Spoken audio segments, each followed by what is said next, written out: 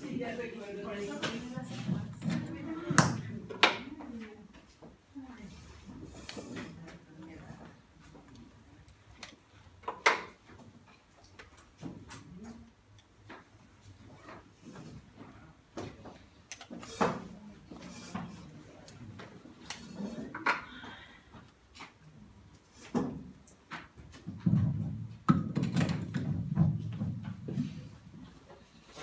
Muy bien, no sé si todos trajeron su lección, si faltara algún cuadernillo, también bolígrafos, pueden ir pasando, adentro enseguida llega, hay un disco también, por si necesitan, no tienen el disco.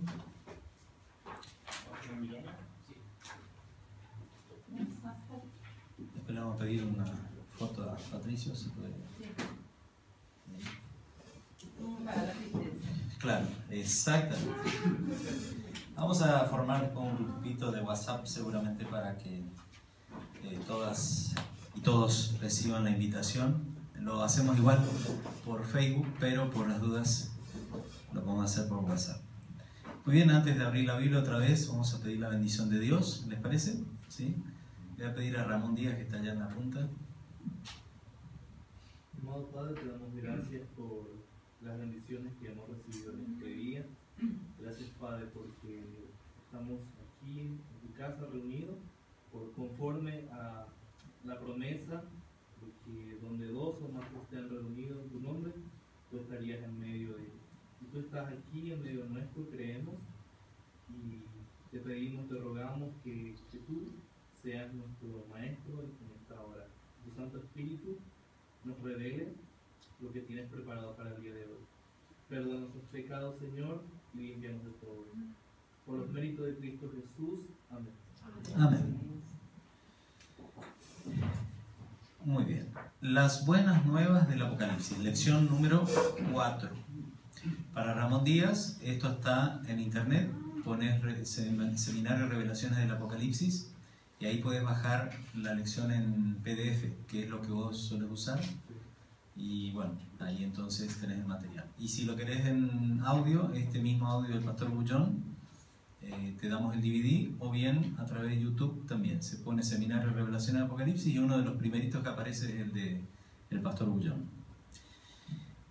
Muy bien, hasta aquí hemos estudiado por qué utilizaremos la Biblia, de dónde salió la Biblia. Les dijimos que podían traer la Biblia que quieran, que había algunos libros que no son Biblia, como el libro de Mormón, e inclusive la Biblia que utilizan los testigos de Jehová es una versión un poco distorsionada, sencillamente porque fue traducida del inglés al español, y siempre tratamos de usar de los originales griego y hebreo, como son las Biblias que ustedes tienen en la mano. Incluso veo que hay una Biblia acá, Dios habla hoy, me parece que es. Ah, no, la nueva versión, traducción viviente. Qué bien. Bueno, y creo que por allá hay otra también, esa Reina Valera, seguramente tiene comentario, por eso es más grande. Bueno, yo tengo una versión de 1960, la que pusimos en la mesa también es 1960, pero habíamos dicho que originalmente no hay Biblia católica, evangélica, así, porque la Biblia es patrimonio de la humanidad y no pertenece a nadie, pertenece a la humanidad. ¿Vale? Después vimos quién era el personaje central del Apocalipsis. ¿Quién era? ¿Quién es? Jesucristo. Después vimos el traidor desenmascarado por el Apocalipsis. ¿Quién es? Satanás. Y ahora vamos a ver las buenas nuevas del Apocalipsis. El objetivo es que entendamos que Cristo es nuestro único y suficiente Salvador, así como estamos viendo en el resumen hace unos minutos. Y es suficiente mediador entre Dios y los hombres. ¿Quién? Jesucristo, hombre. Pero vamos a repasar los textos que ustedes tienen en la lección.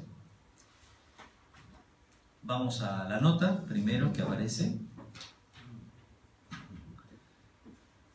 Dice: ¿ha oído usted hablar del Evangelio de Apocalipsis? Aunque no haya ningún libro con ese nombre, existe esa realidad. Evangelio significa buenas nuevas, las cuales aplican a la proclamación de las buenas noticias salvadoras de parte de Dios. Pues bien, el Apocalipsis nos revela toda la belleza del amor de Dios salvando al pecador, así como los primeros 3 capítulos de la Biblia, Génesis, nos relatan cómo entró el pecado en el mundo. Los últimos 3 capítulos del libro sagrado Apocalipsis nos anuncian cómo el pecado será desarraigado de este planeta en rebelión. Todo el resto de las Santas Escrituras nos revela la manera en que Dios ha manejado esta horrible tragedia. Muy bien, es una tragedia, ¿no? La rebelión. El Evangelio en el Apocalipsis. Vamos al siguiente comentario. Las consecuencias. Las consecuencias del pecado no solo son peligrosas, son trágicas. El pecado nos separa de Dios y descarga sobre el ser humano la fatídica condena de muerte y destitución de la gloria de Dios. En otras palabras, el pecador está irremisiblemente perdido. Qué tremendo. Por eso que Juan se ponía a llorar, porque dice, ¿quién va a abrir el libro? Porque si no lo abren, no tenemos salvación. ¿Cómo es llamado en el Apocalipsis el plan de salvación provisto por Dios? Apocalipsis 14:6. Vamos hacia el final de la Biblia entonces, al libro de Apocalipsis. Apocalipsis 14:6. Ah, claro, porque ese es un texto clave. Apocalipsis 14:6.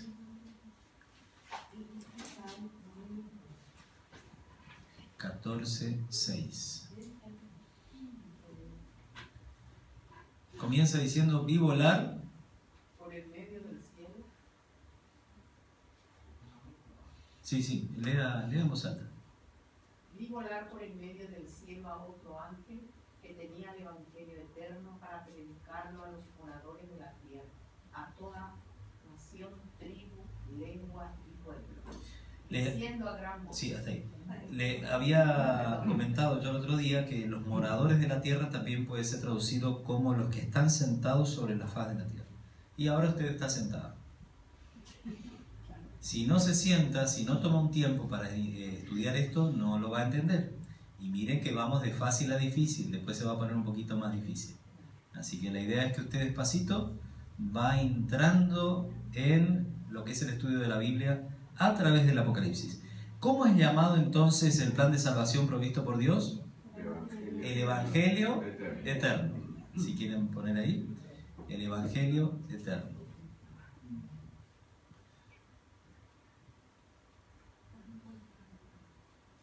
El verbo evangelio, la palabra evangelio viene del griego evangelio o evangelizo, que es el verbo de evangelizar, y que tiene que ver con la buena noticia. Es como dar una buena noticia. Cuando yo lo vi entrar a Ramón por la puerta, fue una buena noticia para mí. Ramón Díaz vive en Villa Hayes. Más lejos que vos. Y de ahí viene. Y ahí se va.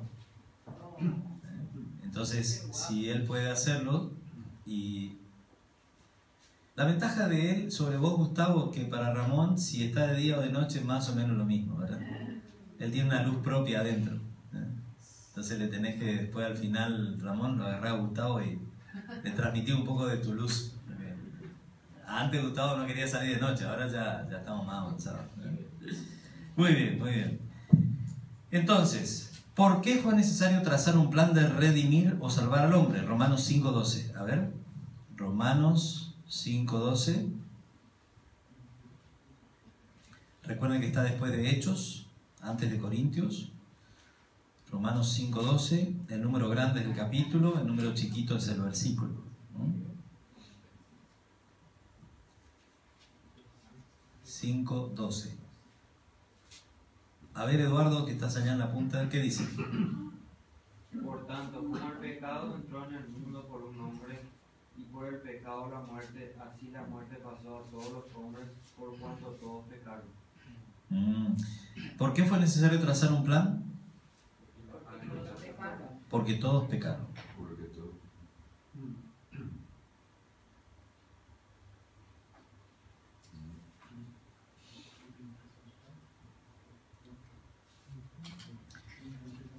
Cuando hablamos de redimir, es una palabra también que tiene un significado profundo y que en español por ahí no siempre lo tenemos presente.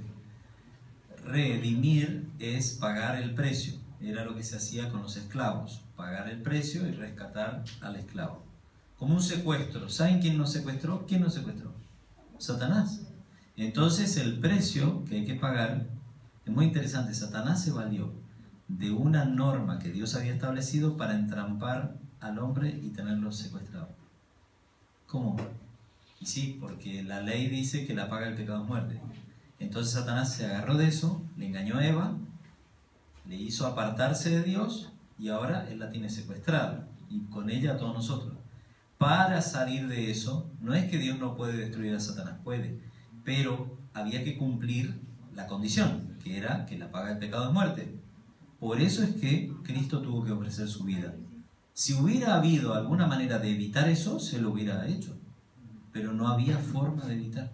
Y Satanás pensó que era un jaque mate y que Dios nunca iba a venir a esta tierra a morir por nadie. Cuando vio que fue realidad, no lo podía creer. Estaba asombrado. Cuando salió de ese asombro, que le duró poco tiempo, porque ustedes saben que aún a Satanás Cristo le dio oportunidad de arrepentirse y él podría haberse arrepentido ahí cuando veía el gran amor de Dios por las criaturas y por él.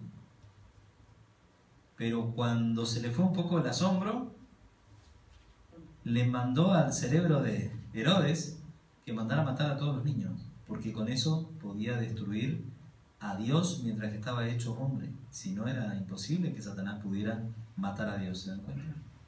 Y en diferentes lugares y en momentos, Satanás trató de destruir a Cristo, matarlo, y que no cumpliera la misión. Porque si no cumplía la misión, estábamos todos perdidos. Y Satanás iba a poner aquí en el planeta, supongo, su bastión para siempre. Miren si lograba matar a Dios definitivamente, hacerlo desviar de su misión. Eso es lo que trató de hacer todos esos 33 años y medio. ¿Cuál fue el peor momento de Satanás? Cuando Cristo, ¿qué? Salió de la tumba. Ahí fue el golpe en la cabeza de la serpiente. Muy bien, muy bien. Vamos entonces adelante. Hay un comentario. Todo el que se salve será salvado por Jesús. No hubo un plan de redención para el Antiguo Testamento y otro para el Nuevo Testamento, pues el sacrificio que Jesús haría ya estaba disponible desde el principio del mundo, y San Pedro declara que ya estaba destinado desde antes de la fundación del mundo. Esto es muy importante porque es uno todo. Desde el Génesis hasta el Apocalipsis es todo un plan. Les quiero decir esto porque hay gente que dice no, hay que leer el Nuevo Testamento nomás, que el Antiguo Testamento era para los judíos. Mentira, eso no es así. De paso, Jesús era judío. Si es así, entonces chao Jesús, los discípulos, todo, porque todos eran judíos. Entonces, el plan es para la humanidad. Por eso que dije que la Biblia es un patrimonio de la humanidad, no ni de los católicos ni de los evangélicos, de nadie, de la humanidad. Y este plan es para toda la humanidad. Negro, blanco, amarillo, el color que usted tenga. Alto, bajo, gordito, flaquito, sea paraguayo, uruguayo como yo, argentino como Patricio, para todos. Siguiente texto, Apocalipsis, primero Juan 3:16, que algunos lo conocen de memoria. ¿Te lo acordás, Ramón Díaz? Juan 3:16. Ramón, ¿sí? De tal manera Dios amó al mundo que dio su único hijo. ¿Para qué? Para que todo aquel que crea tenga vida eterna. No se pierda, sino que tenga vida eterna. Muy bien. ¿Saben cómo estudia la Biblia Ramón? Estudia con su celular, él lee de ahí. Sí, hay una aplicación que se llama Santa Biblia. Exactamente, muy bien, tiene audio. Así que, felicitaciones Ramón, te lo acordaste casi todo. Sí, con la ayuda de mi compa. Muy bien, muy bien. Juan 3:16. Vamos a leerlo despacito de vuelta. A ver, Gustavo Otra vez. Porque de tal manera amó Dios al Ahí, mundo. vamos otra vez. Porque de tal manera. ¿Qué significa de tal manera? Ah, Así bueno. como es. Que si ustedes dijeran, porque de tal manera yo le dediqué tiempo a la construcción de mi casa, que entonces es una gran cantidad. Considerable. Bueno, porque de tal manera, era tan grande esto, el amor de ¿quién? De Dios. Cuando dice Dios, se está refiriendo, para el hebreo, está refiriéndose a Elohim. ¿Sí? De tal manera amó la Trinidad, si quieren poner, al mundo. La palabra Trinidad no está en la Biblia, pero el concepto sí, ¿cierto? Pero no así como Trinidad. El judío tenía la palabra Elohim. Cuando hicieron el Nuevo Testamento, ponen Dios nomás, pero en realidad habría que hacer la distinción cuando está la Trinidad presente y cuando no. En este caso, este texto, para el hebreo le quedaba claro que era el Dios triuno. Porque después dice que ha dado, como dice Gustavo. Porque de tal manera amó Dios al mundo que ha dado su Hijo unigénito. Bueno, la traducción original del griego, hay versiones, o sea, ustedes saben que de Juan tenemos varias porciones y algunas iguales, una tenemos en el Museo del Vaticano y otras en diferentes lugares. También podría haberse traducido que ha dado al Hijo. Porque recordemos que antes de que el Hijo viniera a la tierra, no se llamaba el Hijo. ¿Cómo se llamaba? Jehová. ¿Y cómo se llamaba el que se comunicó con Moisés? Jehová. Y en el Génesis, estaba Jehová también, en la persona del Espíritu, que dice que paseaba por la superficie, por las aguas. Estaba el Padre también, estaba a este que le llamamos el Hijo. Ahora, pero ¿cuándo se empezó a llamar el Hijo? Cuando se hizo Hijo. Pero no quiere decir que ahí empezó su existencia. ¿Sí? Y porque Dios existía de antes, ¿se dan cuenta? Entonces, sí, en la Trinidad son tres que piensan de una manera. Claro, tiene una coincidencia. ¿En qué coinciden? En el amor. Porque de tal manera amó Dios, ¿ves? Elohim, al mundo, que dio al Hijo, pero antes se llamaba Jehová. Y Jehová se transforma en el Hijo ahora. Y dice gen. ¿Qué significa gen? Genética. Génesis. ¿Qué es gen? Vida. Gen es vida. Esis es el libro de la vida. Unigen, ¿qué significaría? Única vida. Porque en él estaba la vida. En la vida fue la luz de los hombres. Es decir, yo soy el camino.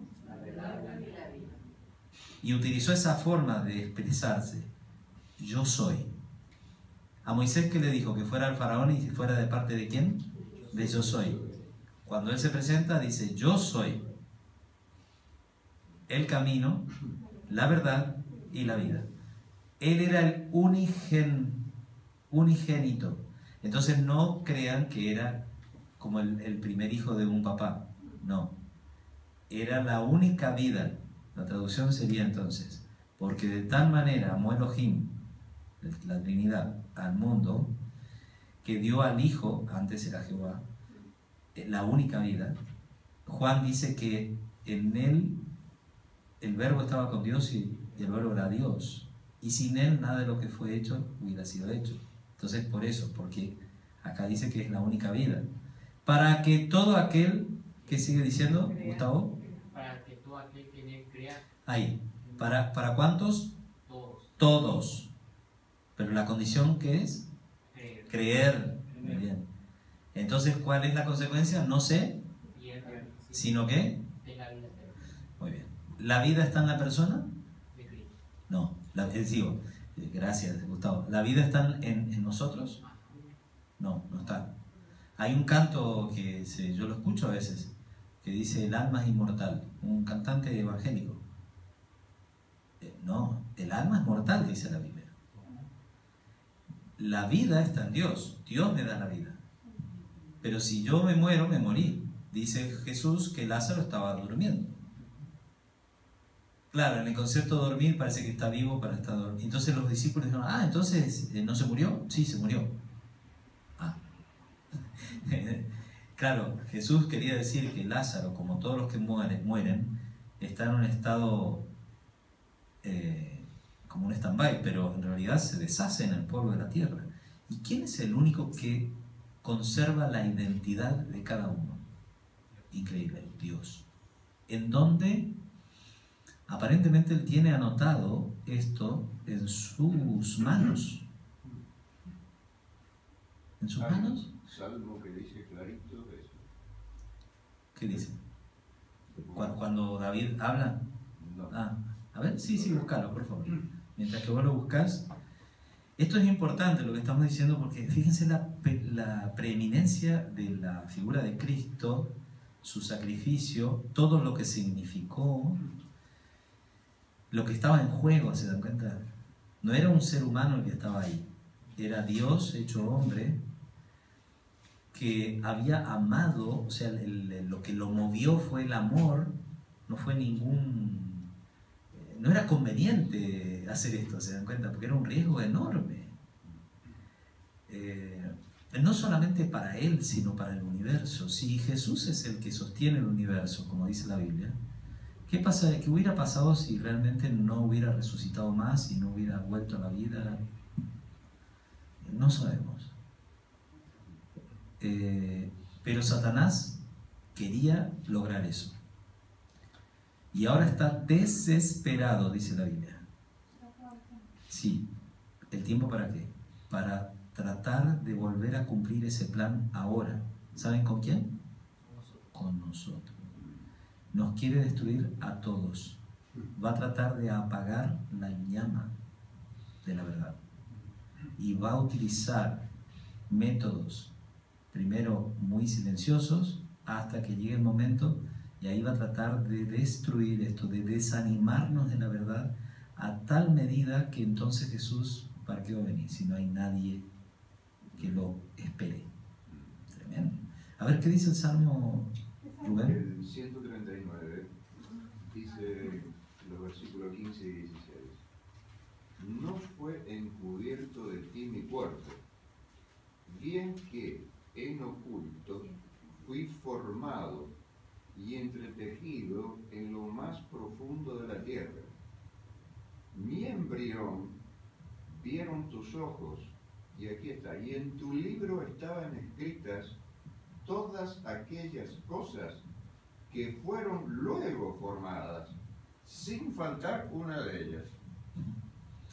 Así que Dios tiene un libro entonces. Bueno, él es un arquitecto, pero además imagínense tener este código. 139, 15 y 16. Hoy sabemos que hay un código genético, un ADN. Hoy sabemos también que ese número que corresponde a nuestro ADN corresponde con nosotros. Hasta ahí, en teoría, lo podríamos reproducir. Ahora, hay algo que no sé cómo Dios lo va a hacer. Cuando resucite Lázaro, otra vez, por decirlo, o si vamos a poner otra persona, vamos a poner a María Magdalena. Ella fue martirizada seguramente, como todos los demás discípulos. Pero si quieren, vamos a poner a alguien que sabemos que murió. Pedro fue crucificado, muerto. Está hecho polvo de la tierra, no sé dónde. Viene Jesús, va a resucitar a los muertos, o va a resucitar a Pedro. Lo tiene que volver a hacer. Y además tiene que cargar en la mente de Pedro la programación que tenía Pedro. ¿Cómo es eso? No sé. Pero sí dice la Biblia que se levantarán y tendrán el aspecto humano, y es más, van a reconocer a Cristo como su Salvador. Quiere decir que van a recordar cosas. Algunos en el cielo van a llorar también, quizás porque no están algunos parientes o porque tanta emoción de estar ahí. Como si, digamos, empezara todo de cero, no sabría qué fue el precio, nada de esto. Así que hay cosas grandiosas que Dios va a hacer y que el único que puede hacerlas es Dios.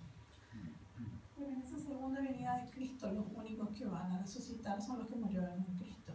Claro, en esa, digamos, segunda venida de Cristo, muy bien, va a haber la primera resurrección que tiene que ver con los que murieron en Cristo, como dice el Tesalonicense. Los muertos en Cristo resucitarán primero, porque se está refiriendo que va a haber una segunda resurrección después del milenio. Muy bien, eso vamos a estudiar también. Vamos entonces a contestar aquí. Juan 3:16, ¿qué siente Dios por la humanidad y qué hizo por ella? Siente amor. ¿Y qué hizo? Dio su vida, muy bien. Dio su vida.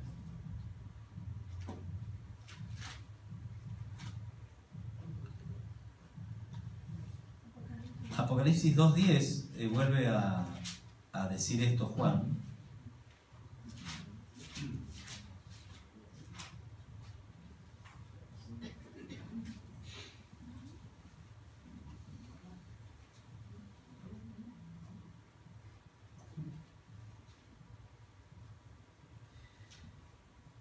Está hablando Jesús con Juan, dándole un mensaje, específicamente a la iglesia de Esmirna.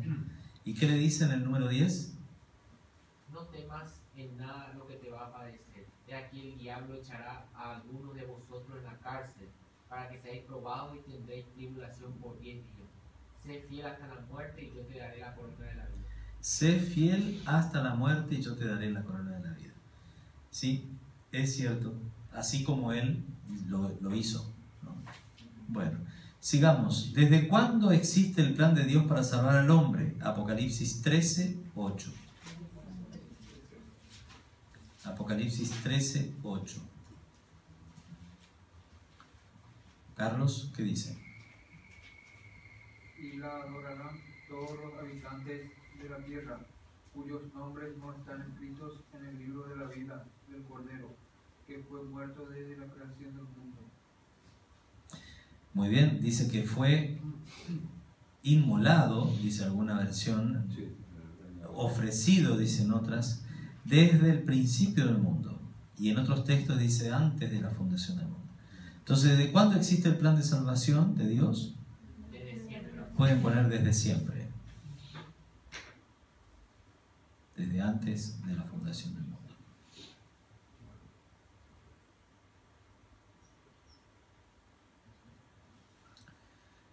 De paso, este texto está haciendo referencia a la adoración que le van a brindar la mayoría de los habitantes de esta tierra a la bestia, que es este poder político-religioso, y al líder de este poder político-religioso que se levantará en nuestros días. Seguimos. Jesús es el único Salvador. Al morir en la cruz, ¿qué hizo nuestro Señor Jesucristo por nosotros los pecadores? Apocalipsis 1:5.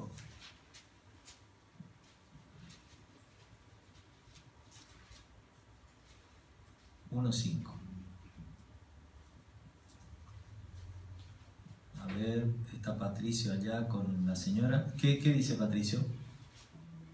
Apocalipsis 1:5.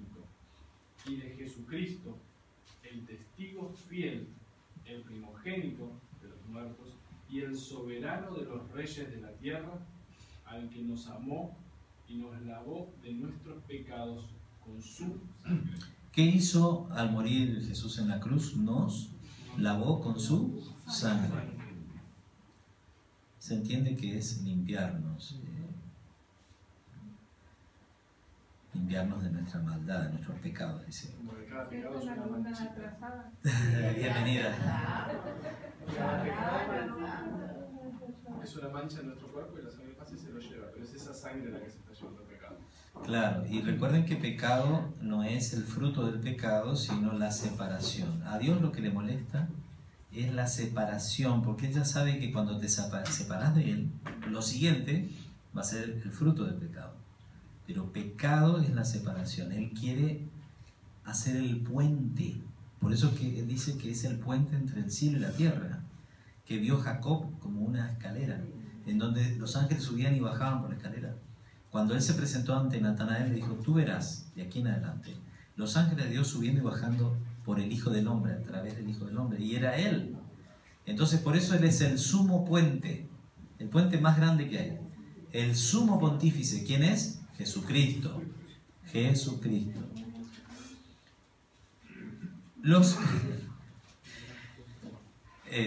Esto es como las películas. Toda coincidencia con la vida real es casualidad. Sepan ustedes darle la interpretación. Muy bien. Punto suspensivo. Bien. Hay una nota ahí al costadito. Los creyentes del Antiguo Testamento se salvaban por medio de la sangre de Cristo que habría de derramarse en la cruz, simbolizada por la sangre de los sacrificios desde los días de Adán, incluyendo los servicios del santuario, y los neotestamentarios somos salvos por la misma sangre de Cristo que fue derramada en la cruz, porque la sangre de los toros y de los machos cabríos no puede quitar los pecados, y Él es la propiciación de nuestros pecados, y no solamente por los nuestros, sino también por los de todo el mundo, y la sangre de Jesucristo, su Hijo, nos limpia de todo pecado.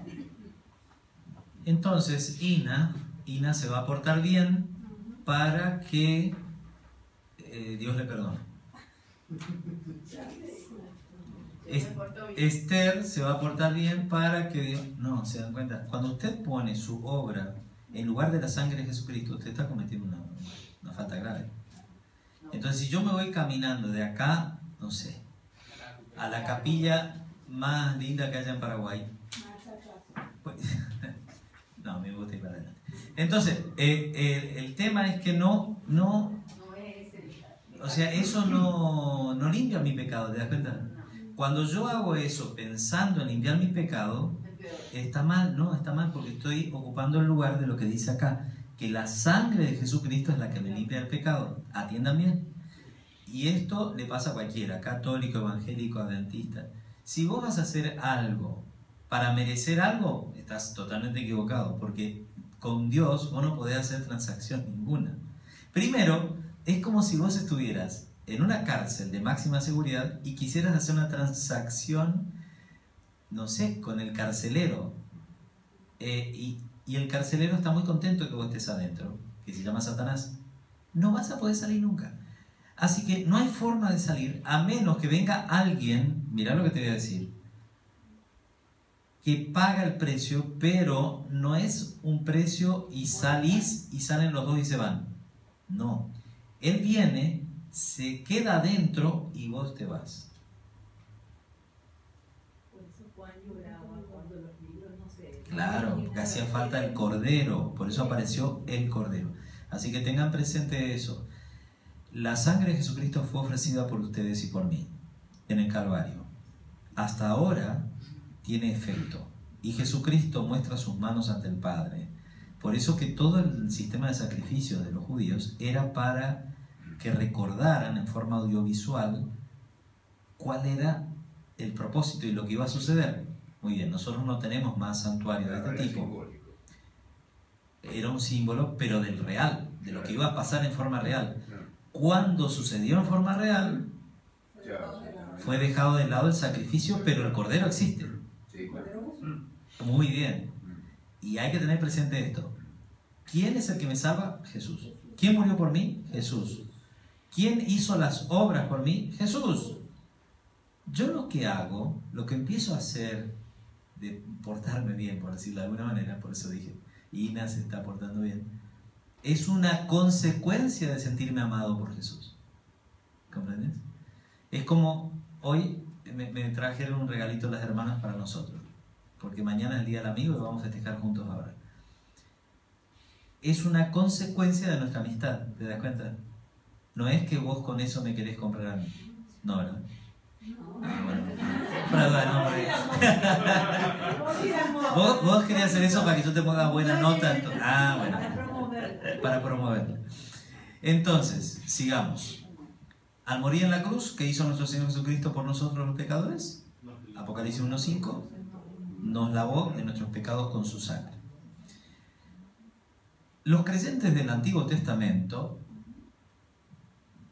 Los creyentes del Antiguo Testamento se salvaban por medio de la sangre de Cristo que habría de derramarse en la cruz, simbolizada por la sangre de los sacrificios desde los días de Adán, incluyendo los servicios del santuario. Y los neotestamentarios somos salvos por la misma sangre de Cristo que fue derramada en la cruz. Porque la sangre de los toros y de los machos cabríos no puede quitar los pecados. Hebreos 10:4. Y Él es la propiciación por nuestros pecados, y no solamente por los nuestros, sino también por los de todo el mundo. 1 Juan 2:2. Y la sangre de Jesucristo, su Hijo, nos limpia de todo pecado. Sí, quiero hacer énfasis en que no es su, la traducción tradujo su, pero es él. Ahí dice su Hijo, pero es el Hijo. Porque recuerden que es Dios hecho Hijo. Pero ¿hasta cuándo? Hasta que terminó de ser Hijo, porque ahora volvió otra vez al trono, ¿sí?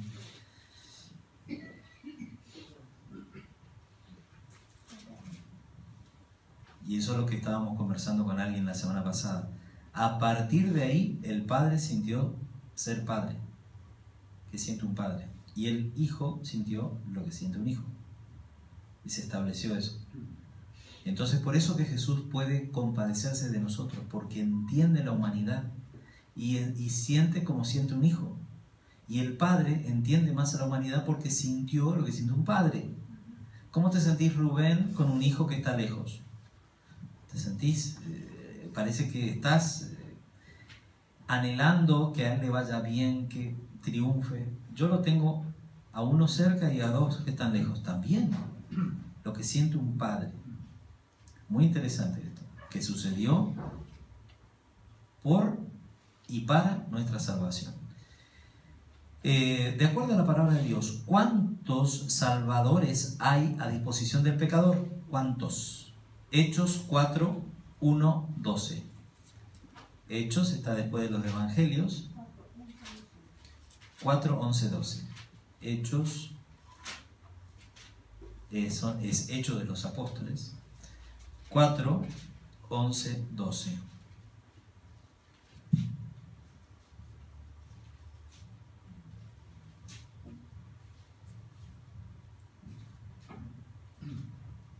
Muy bien. A ver, ¿me ayuda María Esther? ¿Qué dice? Este Jesús es la piedra reprobada por vosotros los edificadores, la cual ha venido a ser cabeza de ángulo. Y en ningún otro hay salvación, porque no hay otro nombre bajo el cielo dado a los hombres en que podamos ser salvos. La ilustración que utiliza, a ver, ¿quién está hablando acá? Pedro, es que Jesús era la piedra del ángulo. Esa piedra estaba en el techo. Era una piedra que tenía tantos lados como vigas usted quería poner. Ustedes van a ver que en el oriente son cúpulas, ¿no? Bueno, esas cúpulas, para hacerlas, no se utilizaba cemento, se utilizaba mucha inteligencia. Había que calcular todo muy bien y se pulía una piedra con cantos en donde la viga encastraba ahí. Entonces, por gravedad, las vigas curvas encastraban en esa piedra que estaba en el medio y por presión no se caía y formaba el techo. Increíble, ¿no? Claro, si hay un movimiento sísmico se cae todo. Cuando Samson tomó las dos columnas principales de la casa, se cayó toda la casa porque no había hierro, cemento, esas cosas no existían. Todo se hacía con presión y utilizando la gravedad. Es muy interesante. Bueno, Jesús era la piedra que estaba en el ángulo allá del techo. Es lo más importante de la casa. De eso depende todo. Se te cae toda la casa. De ahí depende todo y todos se apoyan. Y todos se apoyan en él. Pero por eso dice cabeza de la... Exactamente, muy bien. Y en ningún otro hay salvación, porque no hay otro nombre bajo el cielo dado a los hombres en quien podamos ser salvos. Así que, más claro, No hay otro texto. O sea, ¿a quién más vamos a poner si acá dice Pedro, San Pedro, dice que no hay otro nombre? Si estamos creyendo en la sucesión apostólica y pensamos que la sucesión de Pedro se siguió, bueno, lo que quieran, pero acá dice que no hay otro nombre dado a los hombres, ni siquiera dice Dios a los hombres, en quien podamos ser salvos. Muy bien, entonces, la respuesta a la pregunta, ¿cuántos salvadores hay? Uno solo.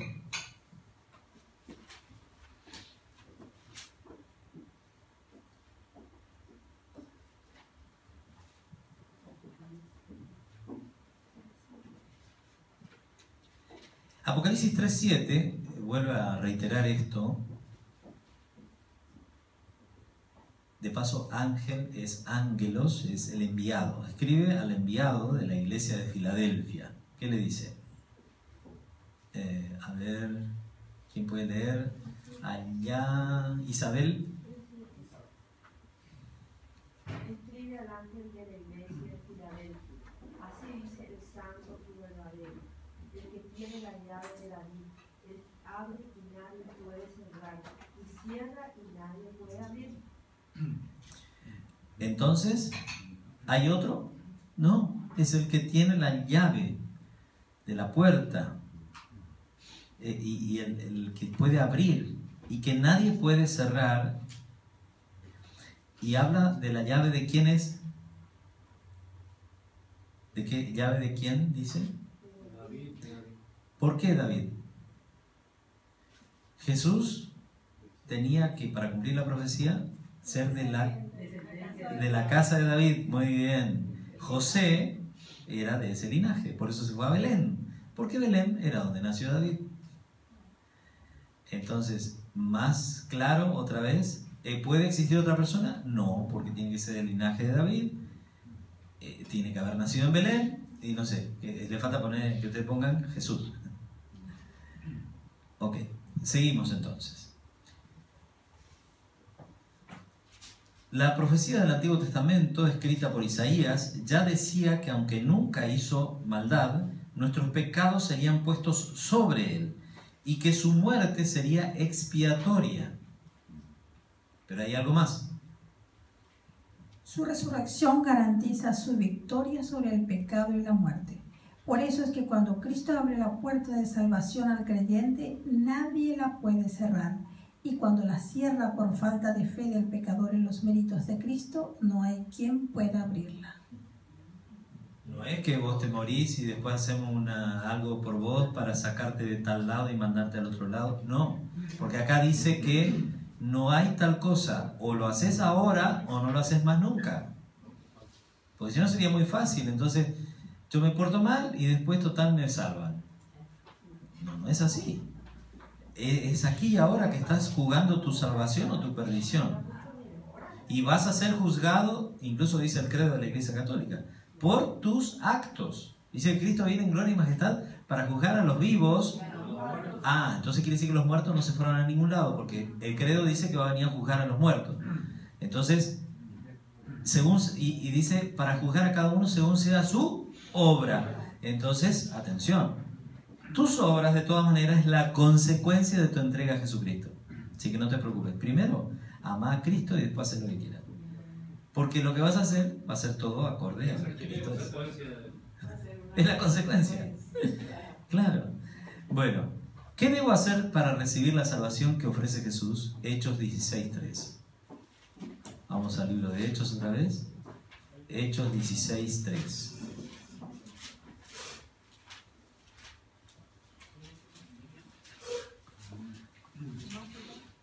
Hechos 16:3.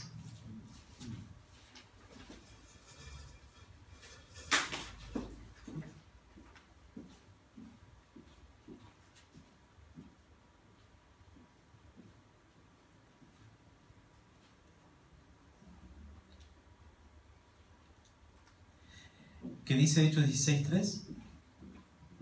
Quiso Pablo que éste fuese con él, y tomándole, le circuncidó, por causa de los judíos que había en aquellos lugares, porque todos sabían que su padre era griego.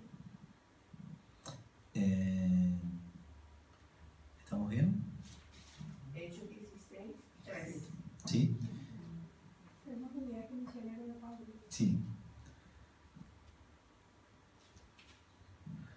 Muy Parte bien. de la respuesta, ahora tenemos que... Sí, tenemos que seguir leyendo, ¿no? Hechos 3:19. Vamos hacia atrás. Nos está poniendo en sintonía. Sí.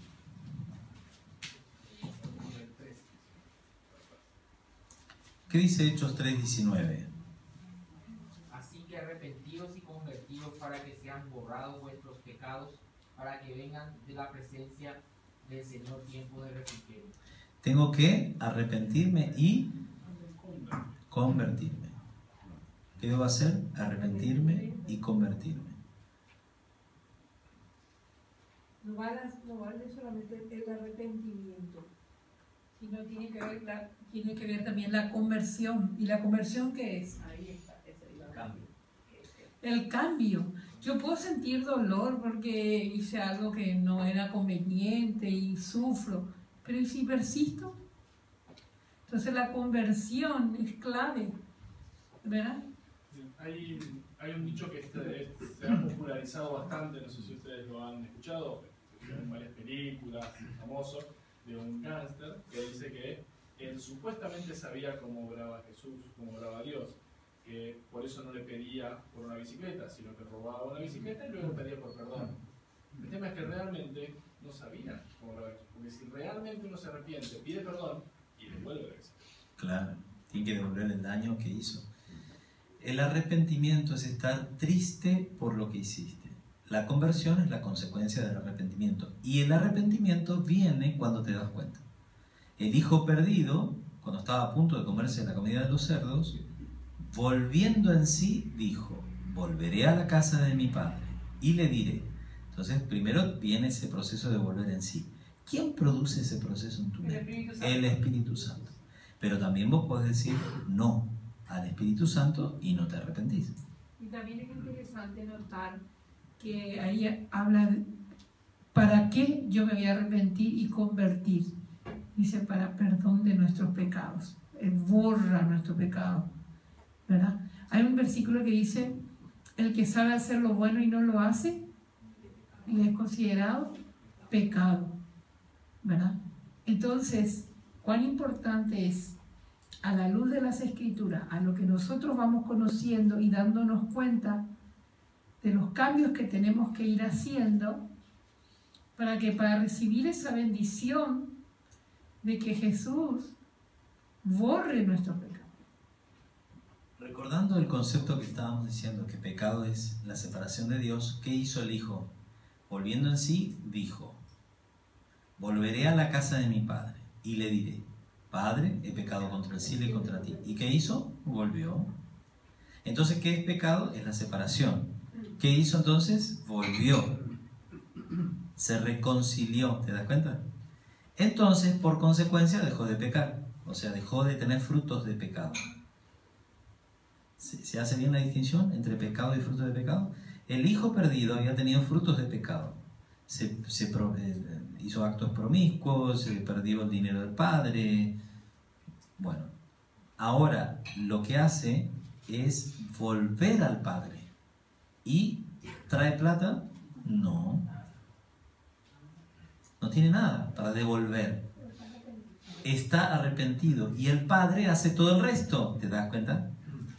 Lo abraza, lo baña, le da una vestidura, le pone un anillo de pertenencia, hace una fiesta. ¿Qué hizo el hijo? Nada. ¿Qué fue lo que sí hizo? Volvió. Ah, muy bien. Entonces, eso es lo que borra Jesús, tu distancia. No importan los pecados que hiciste. El problema es la distancia. Es cuando vos no te acercás a Dios. La persona trata de hacer obras buenas que con eso piensa que se va a acercar a Dios. No. La persona debe acercarse a Dios como está. Las cosas que hizo mal quedaron atrás. Crea en mí, oh Dios, un corazón nuevo y renueva un espíritu recto dentro de mí. ¿Y qué dice Pablo? Las cosas viejas pasaron, las cosas, ahora son hechas todas nuevas. ¿Pero por qué? Porque hay un arrepentimiento, hay una Hay conversión. un versículo importante que está en el contexto que Sí. aparece. Primera de Juan 1:9. Primera de Juan 1:9. Está hacia el final de la Biblia, Antes del Apocalipsis. antes del Apocalipsis. Primera de Juan 1:9.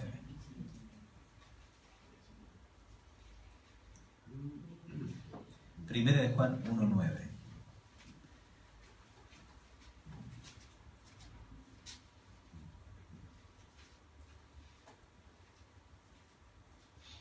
Leo.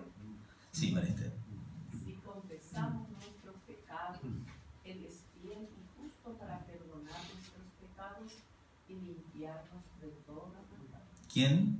Él. No vos. Él. Leen porque el dijo el puro gusto también. A ver, el 10. 10. Si decimos que no hemos pecado, le hacemos a Él mentiroso. Su palabra no está en nosotros. Es decir, que si decimos, no, si yo no me separé de ti. ¿Cómo que no? Si el fruto que vos tenés es porque te separaste de mí. Cuando Eva viene junto a Adán, Adán que le pregunta, Eva, ¿vos estuviste junto al árbol? O sea, la cuestión es, no era la fruta que está en la mano solo, sino el acto en sí. Lo que era el proceso en que Eva se había metido. Entonces, lo que a Dios le molesta no es el de que Eva se había comido la fruta, sino el hecho de haberse separado de él. No se puede comer del árbol de la ciencia del bien y del mal y a la vez comer del árbol de la vida. Porque en el árbol de la vida, en el jardín del Edén, estaba plantado a cierta distancia del árbol de la ciencia del bien y del mal. Pero ambos tenían los frutos, eso no lo dice la Biblia, lo dice Elena de White, daban para un lado y para el otro. Es decir, si vos comías del árbol de la vida, le dabas la espalda al árbol de la ciencia del bien y del mal. Si comías del árbol de la ciencia del bien y del mal, le das la espalda al árbol de la vida. ¿Qué es lo que pasa hoy? Cuando vos te metes en esto, ¿no? O te alejas de Dios, tu vida, tus actos, le das la espalda a Dios. Por eso que el Hijo lo que dice es, volveré a la casa de mi Padre. Seguimos. Cuando las Sagradas Escrituras hablan de confesar los pecados, ¿se refieren a qué? A los mismos términos enseñados por nuestro Señor Jesucristo en el Padre Nuestro. Padre nuestro que estás en los cielos, y decirle, perdónanos. En el lenguaje bíblico, arrepentirse significa cambiar de opinión. De la misma manera, convertirse significa dar una vuelta a la ronda y volver atrás. Arrepentimiento significa un cambio genuino de la mente y la actitud hacia Dios y hacia uno mismo y también hacia los demás. La persona arrepentida, por medio del Espíritu Santo, empieza a ver las cosas como Dios las ve. Conversión, por lo tanto, significa dar una vuelta hacia atrás y retroceder en el camino de la vida de pecado, avanzando hacia Dios. Qué interesante, esta cita es muy, muy clara. Jesús es el único mediador. Según revela en su palabra, ¿cuántos mediadores hay que pueden interceder ante Dios a favor del pecador? Primera de Timoteo 2:5. Está por ahí cerquita, Primera de Timoteo 2:5. Primera de Timoteo 2:5.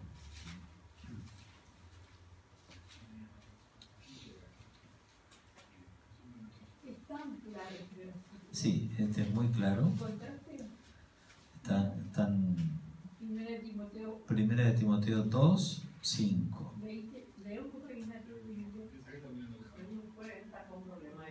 Ah, bueno. A ver, Esther ya encontró, ¿verdad? Ah, no, discúlpame, María Esther. Tenemos otra Esther. Esther. Adelante. A ver. Porque hay un solo Dios y un solo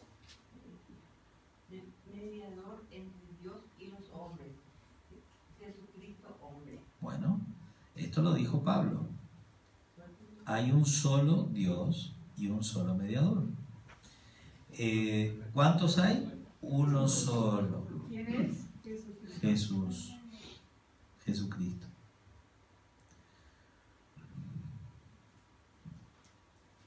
Vamos a leer la nota. Las razones para una declaración tan enfática y contundente son claras y están en la Santa Biblia. Solo Jesús poseyó la naturaleza divino-humana. Era Dios, así dice en Romanos 9:5. Y para redimirnos, tomó la naturaleza humana. Gálatas 4:4, Hebreos 2:14, 16 y 17. No cometió pecado, por lo tanto no merecía morir. Quiere decir que cuando murió pagó las deudas de nuestros pecados. No hay otro que reúna estas características como para hablar al hombre de las cosas de Dios, porque es Dios en lenguaje de los hombres, pues se hizo humano, y poder presentarse ante Dios y hablar con Él de igual a igual acerca de los problemas del hombre.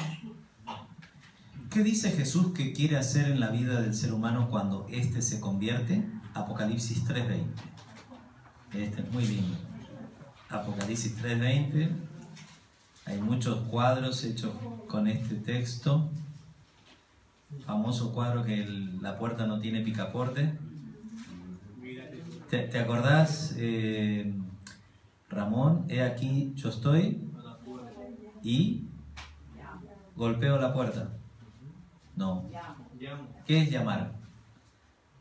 Ramón. Entonces estoy a la puerta y llamo. ¿Y después qué dice? Si alguno oye mi voz y abre la puerta, entraré a él, cenaré con él y él conmigo. Por eso se dice que es un caballero. Es un caballero, él no golpea la puerta, no patea, no la tira abajo, él solamente está llamando. Y dice, y esto está ejemplificado como una casa, por eso que dice entraré a él, porque la casa, la mente humana, que Jesús dijo que cuando el espíritu maligno se va, hay que llenarla con la presencia de Cristo, porque si no, ese espíritu va, llama a otros 7 más poderosos y vienen otra vez ahí, para que sea una infección total. Entonces, ¿qué dice Jesús que quiere hacer en la vida del ser humano cuando éste se convierte? Habitar con él, estar con él, vivir con él y en él, con él y en él, adentro. Sí. Atención, Satanás quiere hacer lo mismo. ¿Cómo lo hace? No sé, pero el endemoniado tiene a Satanás adentro. Así que cuidado. O estás con uno o estás con el otro. Cuando Jesús entra en el corazón del convertido, ¿qué 2 frutos produce? Filipenses 2:13.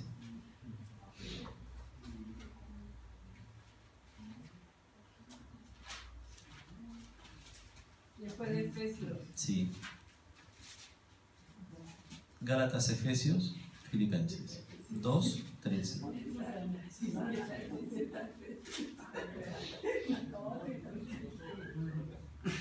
Alumnas. 2:13.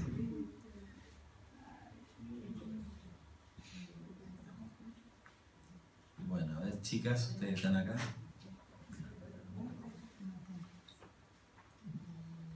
Porque Dios es el que obra en vosotros, tanto el querer como el hacer, por su buena voluntad. Es interesante, muy interesante. Él, Dios, es el que obra en vosotros, produce el querer como el hacer. Como si en el otro. Sí. Al final, entonces, ¿qué es lo que haces? Nada más que abrís la puerta, porque Él te llama, pone en ti la energía, las ganas de hacer las cosas bien, hasta que logras hacer las cosas bien. Muy bien, otro pasaje de... bueno, este era el último. Vamos a la decisión. Vamos a la decisión. A ver, ¿quién me ayuda con la decisión? Señor Jesús, reconozco que soy débil ante las tentaciones y pecados. pero también acepto que tú eres poderoso y que moriste para salvarme.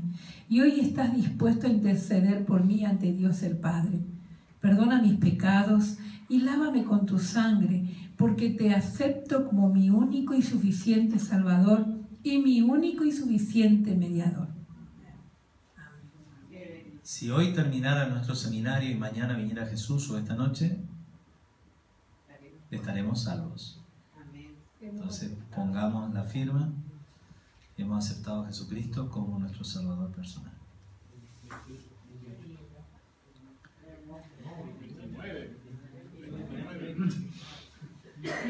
Muy bien. La siguiente lección tiene que ver con las cartas de Jesús con mensajes olvidados. Ahí entramos ya a la aplicación de la profecía del Apocalipsis. Muy bien, estamos en vísperas del Día de la Amistad en Paraguay, así que yo hoy puse un agradecimiento a Dios. Mundial. Amén, bueno, mundial. Pero un paraguayo creo. Exacto. Sí, el doctor Bracho. Un cuarto opinas con el Chaco allá. Él era médico de México. Médico. Ah, muy bien. ¿Y qué? ¿Tienen algún agradecimiento, algún pedido? Sí. ¿Algún agradecimiento? Pedido, agradecimiento. Voy a empezar. Yo quiero agradecer a Dios por la vida, por la amistad, ¿verdad? Porque yo creo que este lugar siempre se llamó Hogares de Esperanza y también se llamó Nueva Esperanza, pero somos amigos de esperanza, ¿verdad? Siempre hemos conformado un grupo de amigos porque Jesús va a venir a buscar a sus amigos. Y por eso agradezco a Dios, porque Él es nuestro amigo fiel, el que nunca falla. Y quiero agradecer porque hoy está Ina presente, porque estoy tan feliz, porque Lucía, su hija, ya es el segundo sábado que nos acompaña en el estudio de la palabra.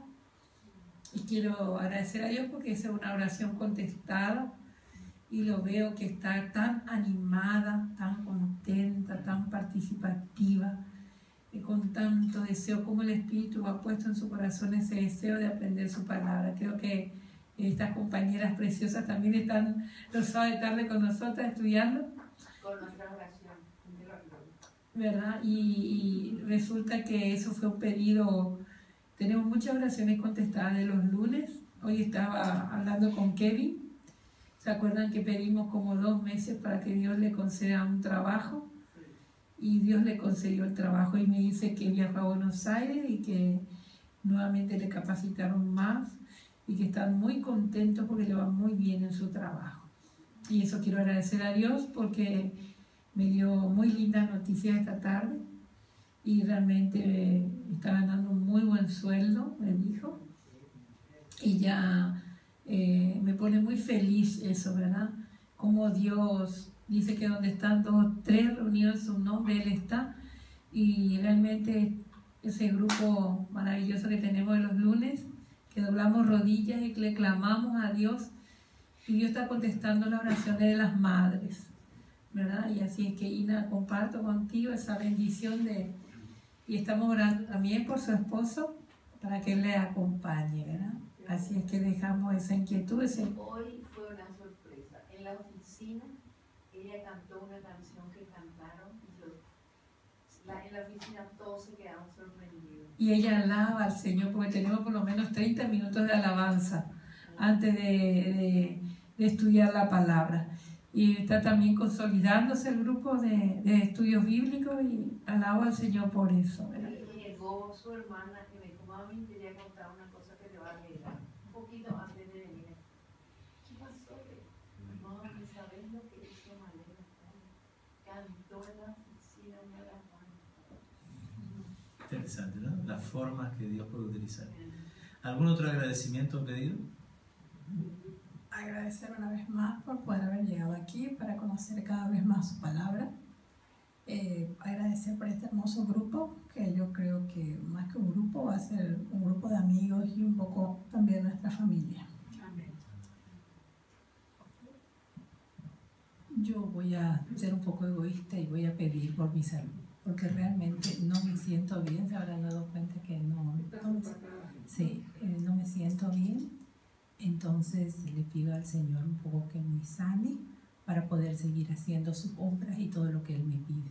Pero a pesar de todo le agradezco por la vida, le agradezco por mi hermana, le agradezco por todos ustedes, por los Piñeiro que nos abren las puertas de sus casas para enseñarnos, porque realmente podemos conocerle al Señor ya en este tiempo final, que no hay que perderlo ni un segundo, porque ya el final está muy próximo. Cada día nos convencemos más de eso. Amén. Gracias. ¿Algo más? ¿Algún otro pedido? ¿Agradecimiento? Sí. Vamos con ella. Yo quiero agradecer también por poder estar entre ustedes, tan acogedor, todos son, me ama, le amo a tu señora, a Susana, que hizo todo para que mi hija esté ahí aprendiendo la palabra, y yo también pidiendo, ahora estoy pidiendo por los otros dos, y pido por mis ojos, que tengo que operarme, tengo un problema un poco grave, pero el Señor va a permitir que pueda leer, porque mi pasión es la lectura y ahora no puedo leer, y tengo una Biblia nueva preciosa que no puedo leer. ¿Alguien más? En audio. ¿Alguien más? Bueno, muy bien. Pase para acá. Vamos a orar juntitos, ¿sí? Nos ponemos de pie para orar. Vamos a orar por los alimentos también. Vamos a pedirle a Susana entonces. Bueno, bendito Dios Todopoderoso, que mora en los santos cielos y en medio de nosotros a través de tu Santo Espíritu. Amado Dios, tú sabes cuánto te amamos, cuánto, Señor, tú haces y obras en nosotros, pero queremos más. No nos conformamos con lo que somos. Te pedimos una restauración completa de nuestras vidas. Te pedimos para que tú puedas obrar una conversión plena, que podamos sentir dolor por las faltas y pecados que podemos cometer a diario, y que podamos sentir, Señor, que tú nos estás llamando diariamente a nacer a una vida nueva. Bendito Dios, estamos este grupo consolidándose cada miércoles. Hay un objetivo final, que estar listos y preparados ante los acontecimientos que se están precipitando. Y tú dejaste, Señor, estas revelaciones del Apocalipsis para que no estemos a ciegas. Ayúdanos a entender, a discernir, a comprender y a compartir. Bendito Dios, te pido que nos des sabiduría e inteligencia. La vamos a necesitar, porque tú, Señor, vas a abrir nuestras mentes para poder de esa manera entender. Señor, tú conoces el corazón de cada uno de los que estamos aquí. Conoce nuestros problemas, nuestras luchas. Conoce, Señor, lo que nos está inquietando. Te lo entregamos a ti, para que tú puedas resolverlos, para que tú puedas, Señor, perfeccionarte en medio de la prueba que podamos estar pasando. Te entregamos la vida de nuestros hijos, lo que tenemos. Te entregamos la vida de cada uno de las que están aquí. Y, Señor, te pedimos bendición por los alimentos que vamos a servirnos.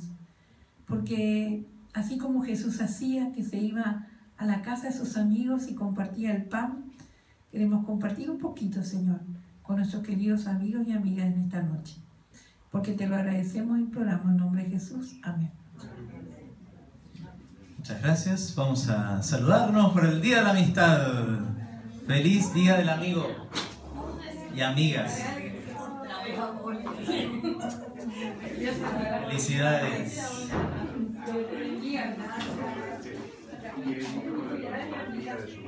Gracias.